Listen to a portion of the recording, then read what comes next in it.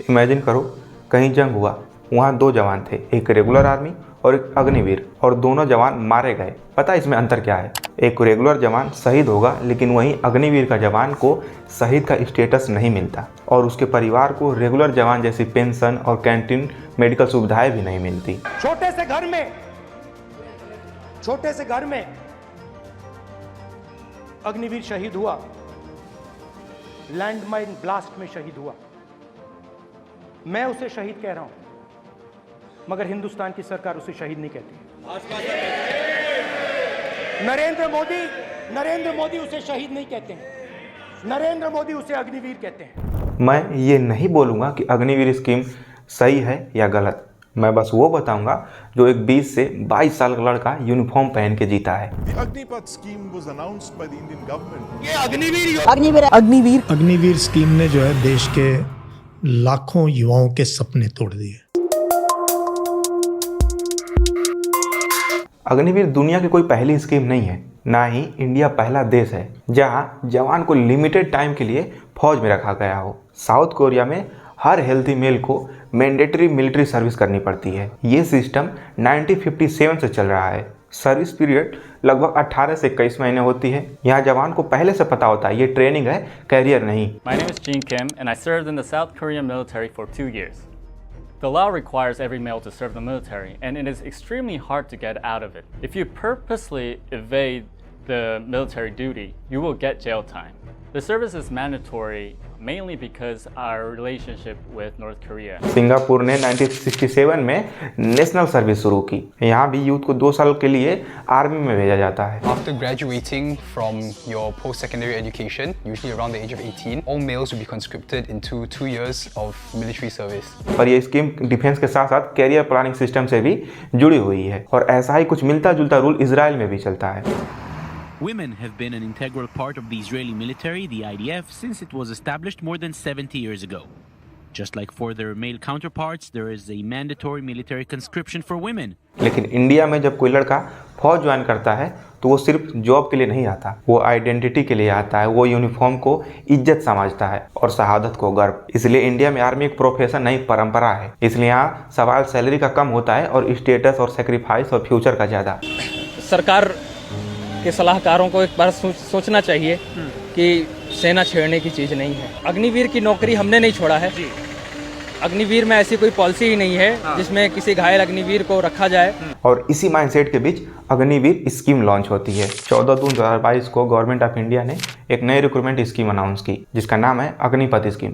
ये scheme army, navy और air force के लिए थी, जिसमें जवान सिर्फ 4 साल के कॉन्ट्रैक्ट पर रिक्रूट होगा। इस स्कीम का नाम अग्निपथ एक हिंदी पोएम और एक पुरानी फिल्म से लिया गया, लेकिन इसका कॉन्सेप्ट किसी फॉरेन मॉडल से कॉपी नहीं कह सकते, बल्कि ये गवर्नमेंट की अपनी शॉर्ट टर्म रिक्रूटमेंट स्टाइल है। पहले आर्मी रिक्रूट्स को 15 साल से ज़्यादा का टेन्योर मिलता था, पेंशन, बेनिफिट्स, रिटायरमेंट तक का जॉब गारंटी। पर अग्निवीर सिस्टम में सिर्फ 4 साल सर्विस होती है और बाद में सिर्फ एक लमसम अमाउंट देके घर भेज दिया जाता है। अग्निवीर का इतना बुरा साइड इफेक्ट आएगा, पहले उग्रवादी, नक्सलाइट या आतंकवादी ट्रेनिंग लेने के लिए छुप के कोई ट्रेनिंग कैंप करते थे जहां उनको गोली चलाना ये सब सिखाया जाता। खुलेआम में तो नहीं सिखाया। क्या पता अब कोई नक्सलाइट, कोई आतंकवादी जानबूझकर कहे कि भैया भेज दो अग्निवीर। स्कीम अनाउंस होते ही इन बिहार, उत्तर प्रदेश और दूसरे स्टेट में बहुत सारे प्रोटेस्ट हुए और ये डिसीजन भी ऐसे टाइम आया जब रेगुलर रिक्रूटमेंट 3 साल से बंद थी। और उपद्रव करने के अलावा कुछ भी नहीं रहा था। 2 साल 3 साल से भर्ती नहीं हुई। जो बच्चे ये सोच रहे थे कि हम अगली साल या इस साल सेना में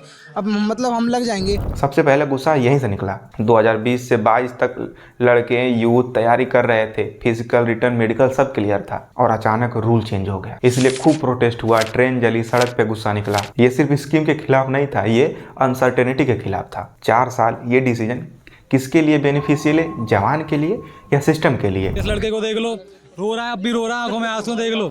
मैं सर 3 साल से इसके लिए बैठा हूँ सर। मैं जब से मैंने सर कुछ समझा है तो मैंने एक ही चीज़ समझी सर, मेरे को आर्मी में जाना है। घर वाले बोलते हैं पुलिस के लिए तैयारी कर ले, मैंने घर वालों के लिए मना कर दिया। मैं जाऊँगा तो आर्मी में जाऊँगा मैं। अब सर मेरे को अचानक ये खबर मिलती है कि तेरी भर्ती कैंसिल हो गई, तो सर मैं क्या करूं सर, तुम बताओ। मेरा पानी में कूद गया सर, बिल्कुल कूद गया था सर। मैं करूं तो करूं क्या, बताओ।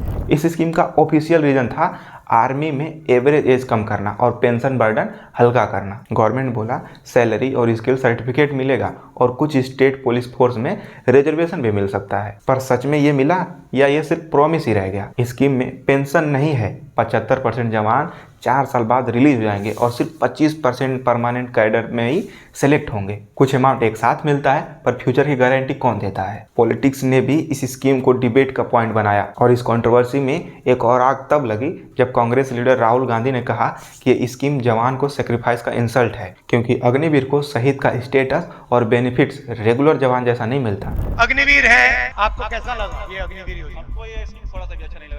नरेंद्र मोदी ने 2 तरीके के शहीद बनाए हैं। तुम जाओ, तुम बॉर्डर पे खड़े हो, बिना ट्रेनिंग के, बिना पेंशन के, बिना कैंटीन, अगर तुम शहीद होते हो तुम्हें शहीद का दर्जा नहीं मिलेगा क्योंकि तुम अग्निवीर हो। अब 4 साल बाद क्या होगा उसके बारे में बात करते हैं। यूनिफॉर्म उतर गई, सुबह का बिगुल बंद हो गया और घर वाले पूछते हैं अब आगे क्या प्लान है। यहाँ कोई मूवी और म्यूजिक नहीं बजती, बस साइलेंस होता है। कुछ अग्निवीर रेगुलर हो जाते हैं, पर सच ये है कि सब नहीं हो पाते और जो नहीं होते हैं उनके पास डिसिप्लिन होता है, रूटीन होता है, पर क्या करें, सिविलियन वर्ल्ड में वो चीज़ सीवी में ट्रांसलेट नहीं होती। कंपनी पूछती है एक्सपीरियंस है और जवाब में सिर्फ एक ही लाइन होती है, अग्निवीर इंडियन आर्मी। मेरे खुद के घर में है ना 2 भाई है, वो दोनों आर्मी में फिलहाल ऑन ड्यूटी है और मैं कर रहा हूँ, फिर मैं क्या करूँगा? मैं हूँ अग्निवीर में, अरबो है, वो ले रहे 50,000 रुपये तनख्वाह, मैं 21,000 रुपये तनख्वाह, क्या फायदा? वो करेंगे 15 साल नौकरी, मैं करूँगा 4 साल नौकरी। इस कहानी में एक एंगल और है, फैमिली।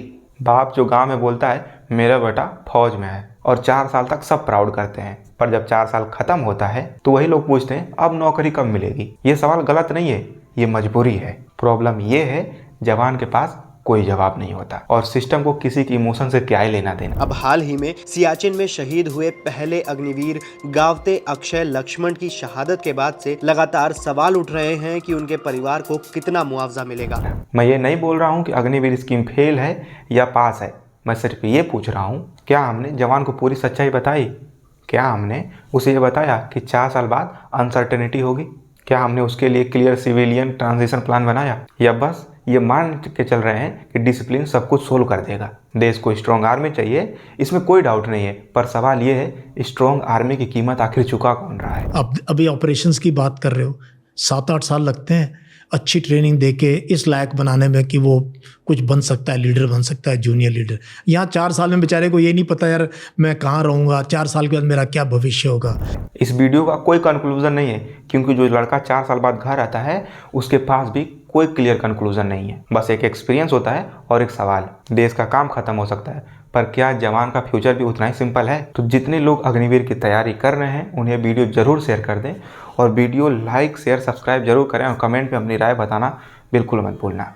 मैं अग्निवीर अभिषेक भारद्वाज